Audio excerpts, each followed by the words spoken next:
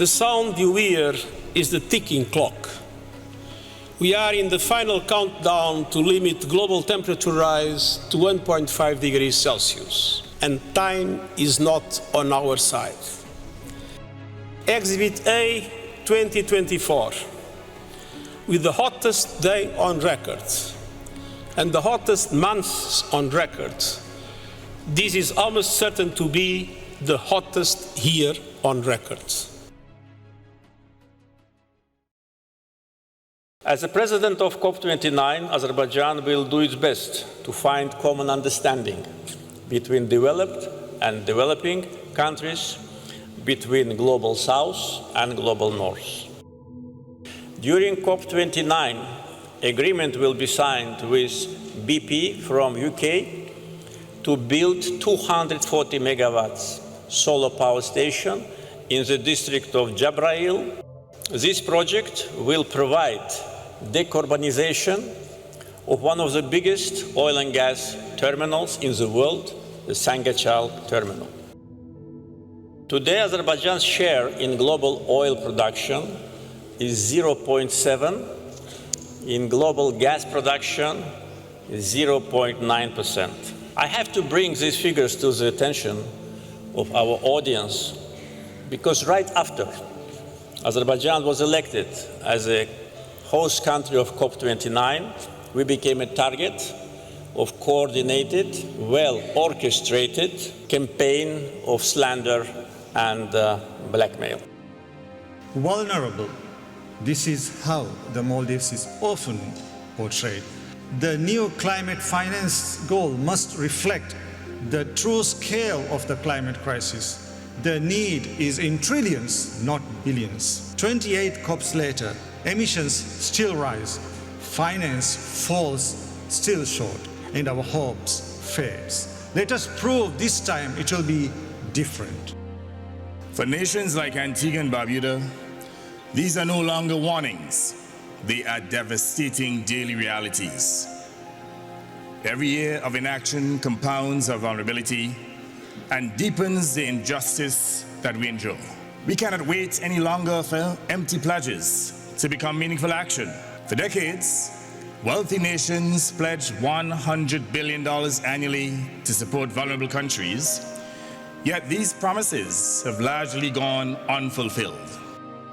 The extreme weather requires from us a serious commitment at this COP with respect to new collective quantified goals that enable us to reverse the current trajectory and to fund mitigation, adaptation, and of course, loss and damage. We've known the science for so long, but still, some are still not accepting the fact that climate change kills. Last year, 300,000 people died, and it has just contributed to the death of over 220 of my compatriots in Spain, in the greatest natural disaster of our history.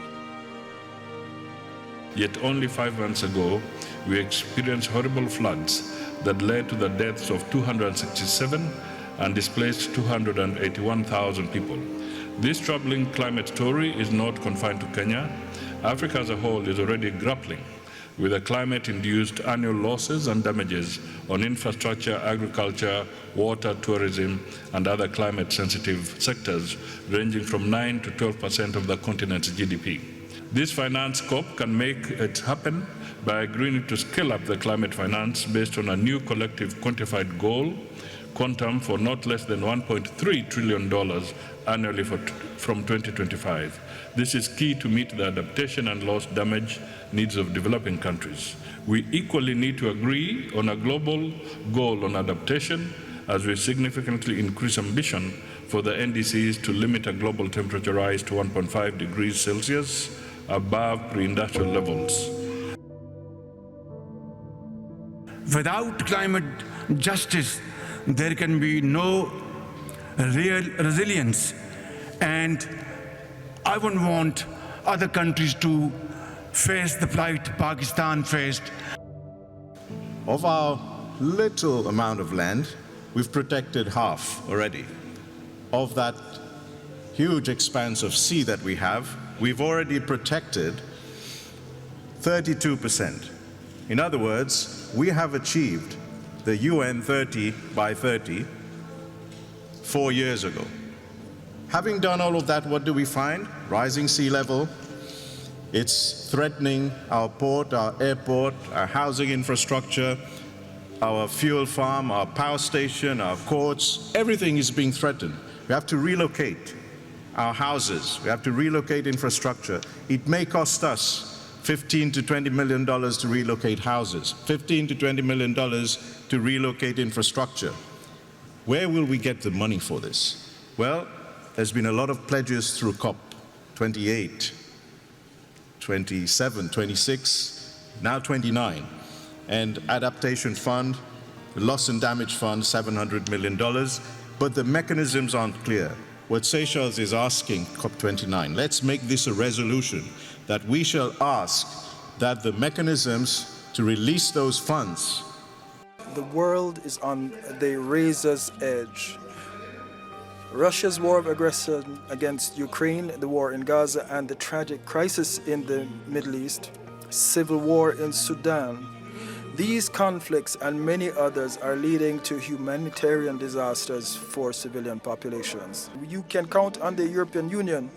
We are stepping up to the plate with financing, $31 billion.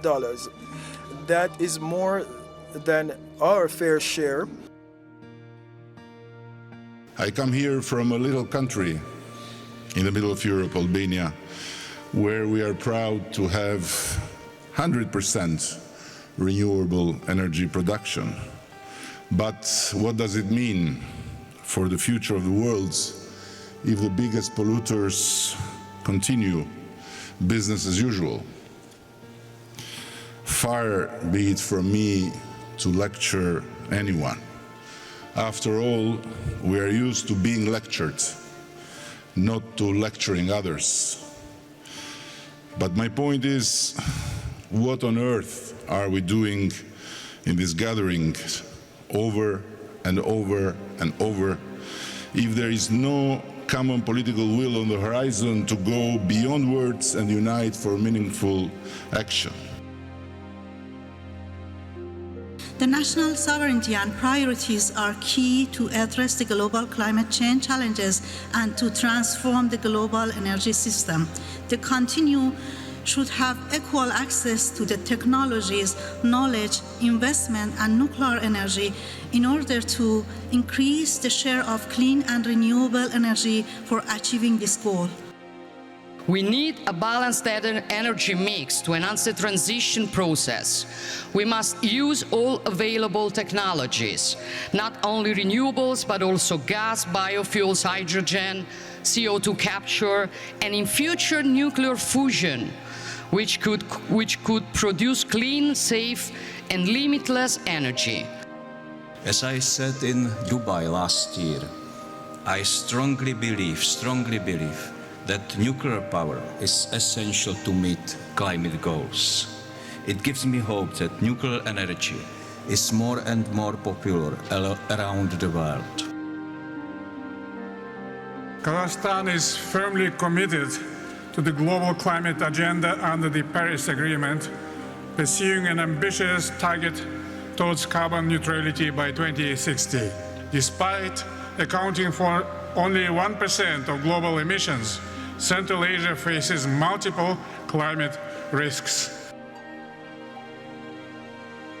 My country, the Democratic Republic of the Congo, the world's largest lung, is known as a solution country with its vast expanses of forests which regulate global climate, its rich biodiversity, its freshwater reserves, its immense wetlands and vast tracts of arable lands, as well as its many critically essential metals for cutting-edge technologies in this area of energy transition. The DRC is at the heart of climate challenges. I would join other African group countries to call for the NCQG, the new collective quantified goal, to be established at to be set at $1.3 trillion by 2030. In the first 100 days of my government, we launched Great British Energy to create clean British power. We created a national wealth fund to invest in the green industries and jobs of the future. We scrapped the ban on onshore wind, committed to no new North Sea oil and gas licenses, and closed the UK's final coal power plant at the end of September, becoming the first G7 economy to phase out coal power. Today, I can confirm 3 months ahead of the deadline, the UK's 2035 international target, our nationally determined contribution to reduce all greenhouse gas emissions by at least 81% on 1990 levels. Brazil is recognized as an environmental powerhouse, but also a leader in food security. I will have the honor of presenting at the COP29 Brazil's NDC. Our target reflects our highest ambition to reduce emissions by up to 67% by 2035, compared to the year of 2005.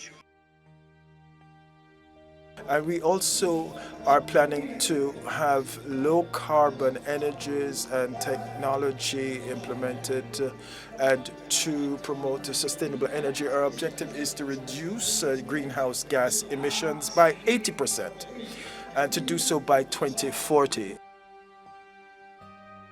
Families running for their lives before the next hurricane strikes. Biodiversity destroyed in sweltering seas. Workers and pilgrims collapsing in insufferable heat. Floods tearing through communities and tearing down infrastructure. Children going to bed hungry as droughts ravage crops. And all these disasters and more are being supercharged by human-made climate change. And no country is spared. The rich cause the problem, the poor pay the highest price. Now at this COP, you must agree to rules for fair, effective carbon markets that support that fight. Yesterday, you made an important first step. You must build on it by agreeing rules for markets that respect the rights of local communities and leave no space for greenwashing or land grabbing. Climate finance is not charity, it's an investment. Climate action is not optional, it's an imperative. Both are indispensable to a livable world for all humanity and a prosperous future for every nation on earth. The clock is ticking. I count on you and I thank you.